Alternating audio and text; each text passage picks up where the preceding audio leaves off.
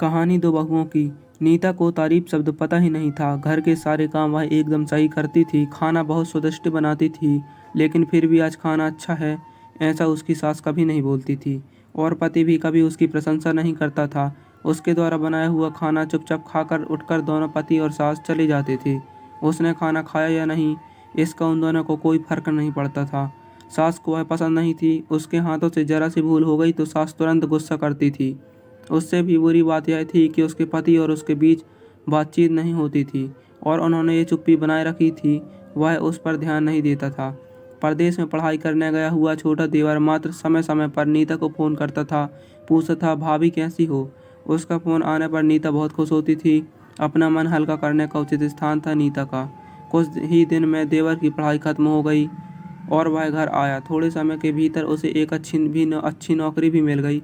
नीता को बहुत आनंद हुआ। नौकरी लग जाने के बाद उसकी सास अपने भी छोटे बेटे की शादी के लिए बातचीत करने लगी, पर देवर को एक भी लड़की पसंद नहीं आती थी।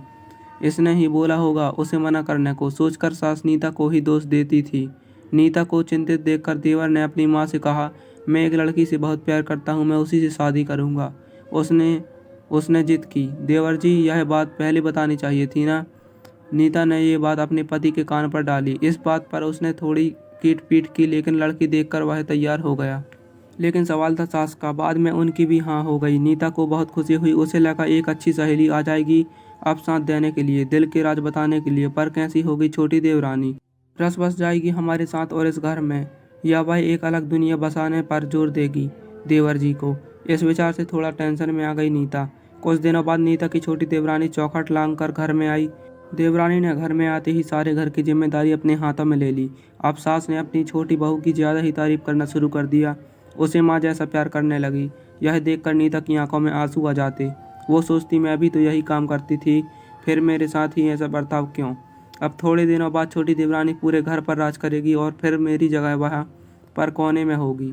अपने ही विचारों में खो गई नीता। नीता के भाव समझने पर छोटी देवरानी नीता के हाथ अपने हाथ में लेकर बोली, दीदी मुझे सब पता है, मुझे अपनी छोटी बहन समझिए, देखना बहुत जल्दी सब ठीक हो जाएगा। छोटी देवरानी ने पूरे घर की जिम्मेदारी तो ले ली, लेकिन कामों में कुछ न कुछ बार बार भूल करती। फिर देवरानी नीता के पास जाती और मदद मांगती थी। ऐसा रोज ही होने लगा। ये देखकर सास गुस्सा हो गई। मेरे रहते हुए छोटी बहू बड़ी बहू से क्यों पूछती रहती है। फिर सास भी रसोई में आकर थोड़ी बहुत काम करने लगी। धीरे धीरे वह छोटी बहू के साथ साथ अनजाने बड़ी बहू से भी प्यार से बर्ताव करने लगी, प्यार से बोलने लगी, नए पदार्थ दोनों को सिखाने लगी, भूल समझकर समझाने लगी। अब सास और दोनों बहुओं में अच्छी दोस्ती होने लगी। इस वजह से बड़ी बहू का स्वभाव भी अच्छा होने लगा। उसके स्वभाव में खुलापन आ गया। सास भी दोनों के साथ कहीं शॉपिंग तो कभी फिल्म देखने जाने लगी। वो अपनी दोनों बहुओं को समान प्यार करने लगी थी। इस वजह से घर का माहौल हंसता खेलता हो गया। इसके अलावा अपने भाई और उसकी पत्नी की बॉन्डिंग देखकर नीता का पति भी उसके साथ अच्छा व्यवहार करने लगा। यह देखकर छोटी बहू बहुत खुश हुई। दीदी घर पर पहले आप ही का हक था। ऐसा बोलकर छोटी बहू ने पूरी घर की जिम्मेदारी अपनी जेठानी को दे दी। साल भर में नीता के देवर को अच्छा वेतन और बड़ी पोस्ट पर स्थानांतरित कर दिया गया। अब छोटी देवरानी भी अपने पति के साथ परदेश जाएगी और मैं फिर अकेले रह जाऊंगी। इतना ही नहीं, इतने सालों बाद सास का व्यवहार जो इतने सालों से बदल गया था वह फिर से वही हो गया। तो इस विचार से नीता डर गई।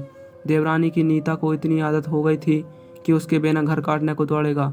देवरानी के आ जाने से घर का माहौल बदल गया था। वह थी ही ऐसी खुश मिजाज और ऊर्जावान, जैसे कि नाम से पता चलता है। यह देवरानी की हालत भी कुछ अलग नहीं थी।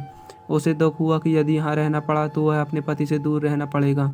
नीता के देवर की जाने की गड़बड़ी के कारण नीता सोच में पड़ी। अंत में उसके देवरानी को पूछा तो देवरानी ने जवाब दिया कि दीदी मैं सारा दिन नए स्थान पर अकेली रहूंगी, उससे अच्छा मैं यहीं रहूं। आपके देवर को बोला है मैंने शनिवार और रविवार की छुट्टियों में आप ही यहाँ आ जाया करें, मैं भी उनके साथ जाया करूंगी, बीच बीच में थोड़ा बदलाव के लिए। उस पर वह बोलते हैं कि 6 महीने में वापस यहाँ पर बदली कर लूँगा मैं।